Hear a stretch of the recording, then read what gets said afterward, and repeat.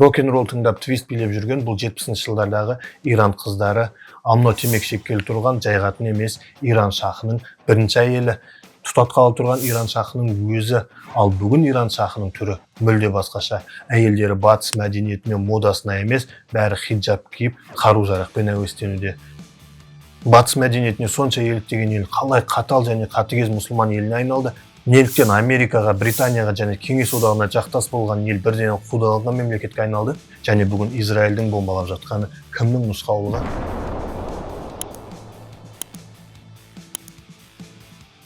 Біріншіден, мына екі кісінің бір-біріне ұқсастығынан бастайық.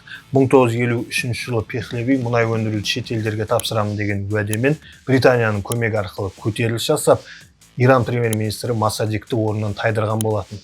Келіскен уәде бойынша елдегі мұнайды батыстың ірі компаниялары өндіріп, түскен пайданың 50%-ын өздері, тағы 50%-ын Иран алды. Иран жер қойнауында жатқан мұнай Араб Әмірліктері мен Венесуэладан кейін әлемде 3-ші орында. Осы ақшаға Шах Пехлеви ақ революция атты бағдарламасымен батыс елдерінен білімді мамандар жалдап, завод фабрикалар ашты, агрореформация жүргізді, трактор, техника, автокөлік өндірісін бастады және елде металлургия саласын іске қосты. Ал жақсылықты жеткіліксіз жасасаң, тағы бәле. Сол кездегі 34 миллион халыққа бұл реформа аз болды. Елде инфляция мен теңсіздік орын алды. Ауыл аймақтарда трактор мен техника толғасын жұмыссыз қалған халық қалаларға келіп жинала бастады. Тап осы ел тұрақсыз жағдайда Шах Парсы елінің 2500 жылдығын тойлауға бірнеше елдер президентін шақырып, түрлі ақпараттар бойынша $100 миллион жаратқан. 3 күнге шөл далада палаткадан қала салынып, 50 мың тал, 40 мың сайрайтын құс әкелінген. Сусындарын салқын ішу үшін вертолеттен мұз тасытып, бүгінгі есеппен қарағанда $600 миллион шығын болған. Халық елдің тиімсіз басқарылып жатқанына наразы және жұмыссыз жатқан аш халық кез келген радикалды ұйымның дайын тұрған аудиториясы. 1979 жылы көптеген ереуілдерден кейін Шах Пехлеви елді уақытша билікке қалдырып, Америкаға кетуіне мәжбүр болды. Ал уақытша билік мұсылман халықтың талабы бойынша Иранның бұрынғы бас муфтиі елден қудаланған оппозиционер Рухолло Хаменейді оралтты. Сол 1979 жылы елде референдум өткізіп, жаңа Иран Исламдық Республикасы жаңа конституциясын қабылдады. Енді рухани билік 4-ші тармақ болып енгізіліп, дін басылар ел басқаруды қолына алды. Рухолло Хаменей халықтың толықтай қолдауымен биліктің тізгініне келді. Жақсы, төңкеріс болса мейлі, халықтың қалауы. Енді Америка Иранға неге соншалықты қарсы екенін айтамын. Бұл мәселе мынадан басталды. Сол 79 жылы Иранның жас бүлікшілері ақш елшілігіне басып кіріп, Американың 66 дипломатын тұтқынға алды және босатылу үшін Шах Пехлевиді елге жөнелтуін талап етті. Ал Рухолло Хаменей жастарды тоқтатып, бүлікті болдырмаудың орнына тиіспеш өзі білсін дегенде сол жастарды қолдады. Америка жауап ретінде Иранның ақштағы активтері мен мүліктерін тәркіледі, мұнайынан түбегейлі түрде бас тартып, санкциялармен жаудырды. Санкция салдарынан елде бүкіл компаниялар мен білімді мамандар кетуінен мұнай өндіру елде 3 есе азайды. Ал елшілік тұтқындарын 2 жылдан кейін 1981 жылы Шах Пехлеви лейкемиядан қайтыс болғаннан кейін ғана босатты. Бұққанға сұққандай 1980 жылы Ирак билеушісі Саддам Хусейн мұнай алаңдарын иеленгісі келіп, әлсіз жағдайын пайдалана Иранға шабуыл жасап, соғыс бастады. Және осы жерде Америка мен батыс елдері Иракқа қару-жарақ сатып, Иранға көмек қоспады. Иран аз қарумен, бірақ үлкен ерлікпен соғысты. 8 жылға созылған осы соғыста 500 мың адам шығыны Иракпен салыстырғанда 2 есе көп. 1987 жылы Ирак әскері қателесіп ақш мұнай танкерін бомбалап, батып кетуіне сәл қалды. Кеңес одағының мұнай танкері Иран минасына түсіп жарылды. Басқаша айтқанда айналадағы бүкіл елдердің кемелерін бомбалап, соғыс демеушілеріне зиян тигізе бастағасын Біріккен ұлттар конвенциясында әскери қақтығысты тоқтатуға шешім қабылдады. 1988 жылы ақш Иранның мұнай платформаларын басып алып, бітімге келуіне мәжбүр етті. Бұл шешімді қабылдау мен үшін у-шуге қарағанда ауыр және зиянды болды. Аллаға сиынып, мен бұл тостағынан ішіп отырмын. Өйткені оның еркімен бұл қырғынды тоқтатқым келеді. Мен соңғы деміме дейін күресуге ант бергенмін. Маған шейіттік өлімді қабылдау әлдеқайда жеңіл болар еді. Бірақ мен сарапшылардың, саяси және әскери кеңесшілердің дана пікірін ескеруге мәжбүр болдым.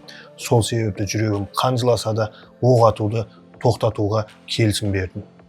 Бұл Иран билеушісі Рухолло Хаменейдің 1987 жылы халқына жариялаған үндеуі болатын. Осыдан 1 жылдан кейін ол инфаркттан қайтыс болды.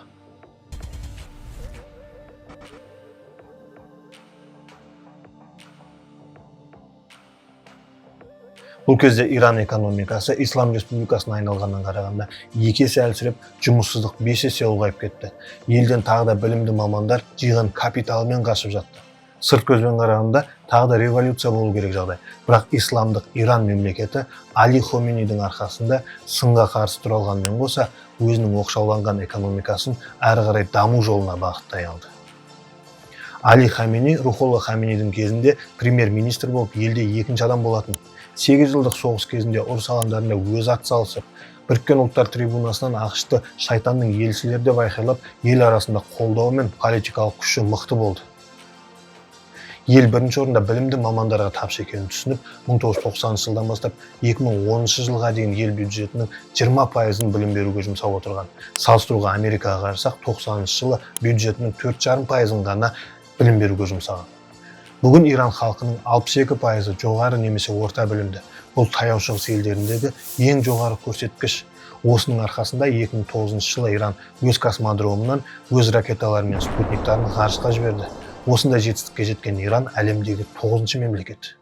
Иран экономикасы 20 жыл бойы бір қалыпты дамып, білім беру салаларын қаржыландыруға мүмкіндік берген. Ол дамып жатқан Үндістан мен Қытай экономикасындағы мұнай сұранысы. Иран мұнайы осы себепте әлемде мұнай нарығының 5%-ын бүгін қамтып отыр. 22 жылы Ресей озбай тұрып, Иран ақш санкцияларының чемпионы болатын. Енді осының тағы бір себебін айтайын. Болашақ атом энергетикасында егер оған бүгін қол жеткізбесек, ертең жауымызға қол жайып отыруға тура келеді. Осылай Иран билеушісі 2005 жылы өз атом энергетика саласын дамытатынын жариялаған болатын. Бұл шешімінен басқа елдер уайымдай бастады. Жалпы әлем бірлестігі атом энергетика саласын қорқынышпен қабылдайды. Себебі атом қаруын жасауы мүмкін. Атом қаруы жайында ақпаратты мына видеомнан көруге болады. Сондықтан Біріккен ұлттар ұйымы барлық елдерге атом энергетика саласында қолдануға немесе ракета жасауға болатын шикізатты Иранға сатуына тыйым салды.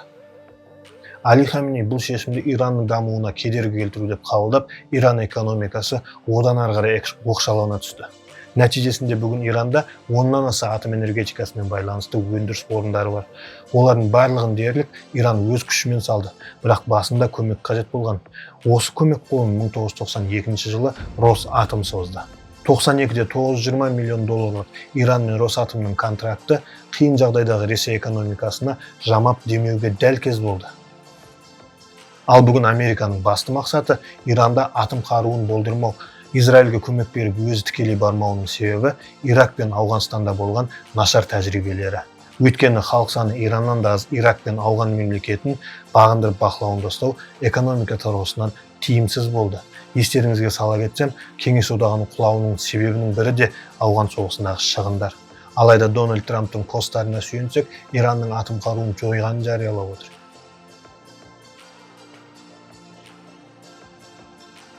Иранда көптеген бомбалардың жарылғаны рас. Иран жаңалықтарында да келтірілген зиян аса көп деген сөз айтылды. Иранды бомбалап жатқан сәтте Шах Пехлевидің ұлы Израильдікі дұрыс деп халықты бүлікке шақыруда.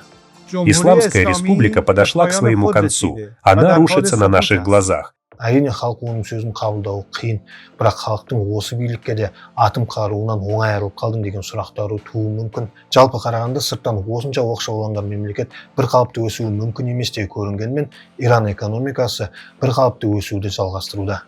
Халқы оқшаулыққа бейімделіп, мемлекет өз бодандығын қорғауда. Бостандығын қорғаудың бағасы жоғары инфляция, халықаралық оқшаулар, санкциялар. Алайда өз еркіндігі мен бостандығы үшін осы бағаны төлеуге Иран дайын секілді.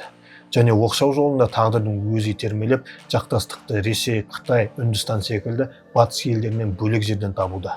Санкциялар, саяси қысымдар мен ішкі жекпе-жектерге қарамастан, Иран сырттан енгізілген емес, өз көз қарасындағы әділеттілікке бет алуды жалғастыруда. Ал нәтижесін тек уақыт көрсетеді.